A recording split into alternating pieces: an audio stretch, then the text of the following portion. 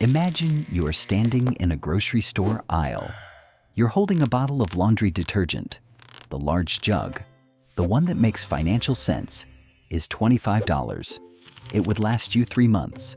The small bottle is $9 and will barely last 2 weeks. You know the math. You know that buying the small bottle means you are paying double the price per load. You aren't bad at math, but you only have $12 in your bank account, and payday is 3 days away. So, you buy the small bottle. You knowingly make the bad financial decision because the good decision is literally behind a paywall you cannot breach. This moment, right here, is not just about laundry detergent.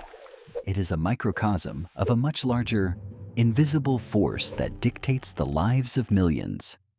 It is a phenomenon that keeps you awake at 3 a.m., staring at the ceiling, wondering why you work harder than everyone else, but never seem to move forward. You feel like you are running on a treadmill that is slowly increasing its incline. You blame your discipline. You blame your intelligence. You tell yourself you just need to grind harder. But here is what most people miss, and what the world refuses to tell you. You aren't broke because you're making bad choices. You are making bad choices because the system is mathematically designed to punish you for being broke. This is the psychology of the poverty trap. And today, we are going to dismantle it. Let's talk about David. David is a hardworking guy, a delivery driver who relies on his car to put food on the table. He's the guy who never calls in sick, the guy who picks up extra shifts. Last month, David felt a sharp, shooting pain in his back molar.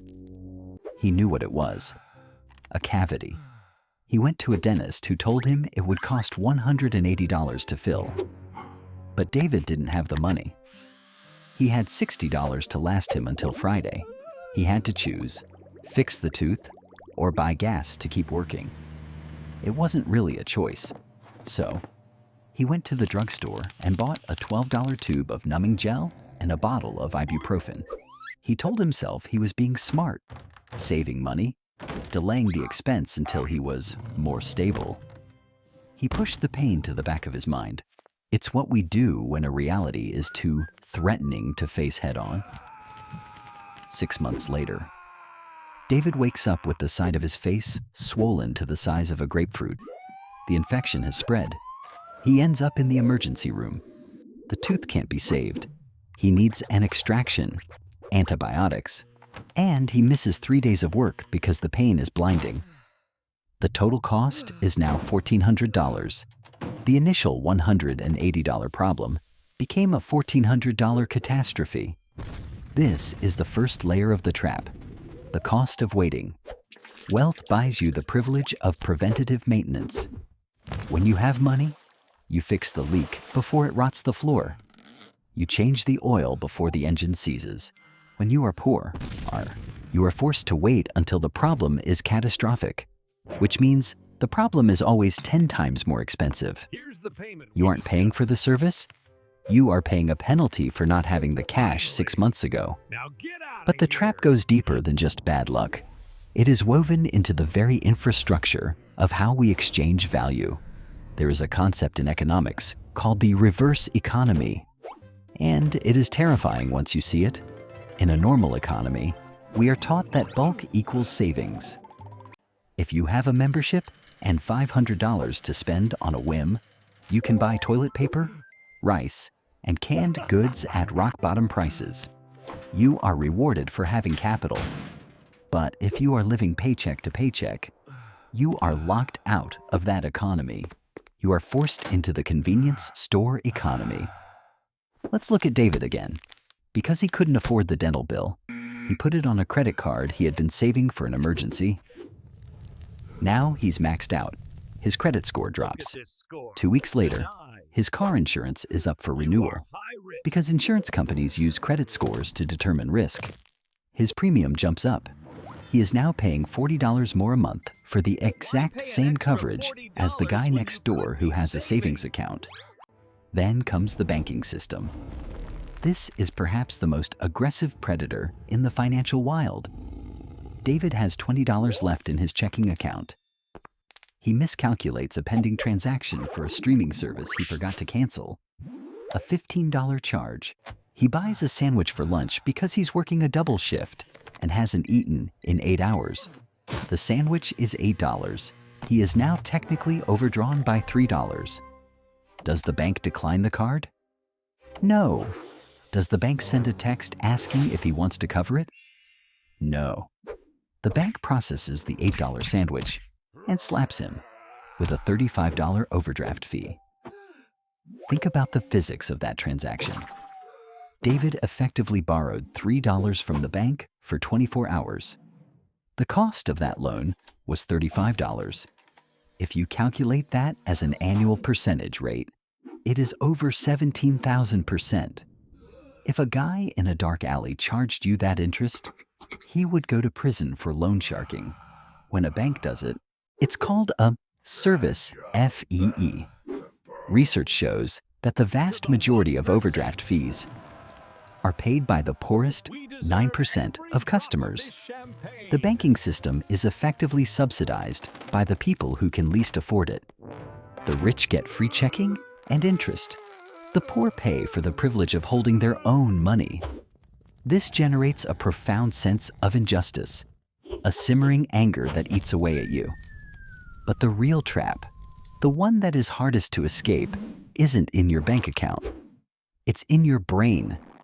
There is a groundbreaking study from Princeton and Harvard that completely changed how we understand poverty.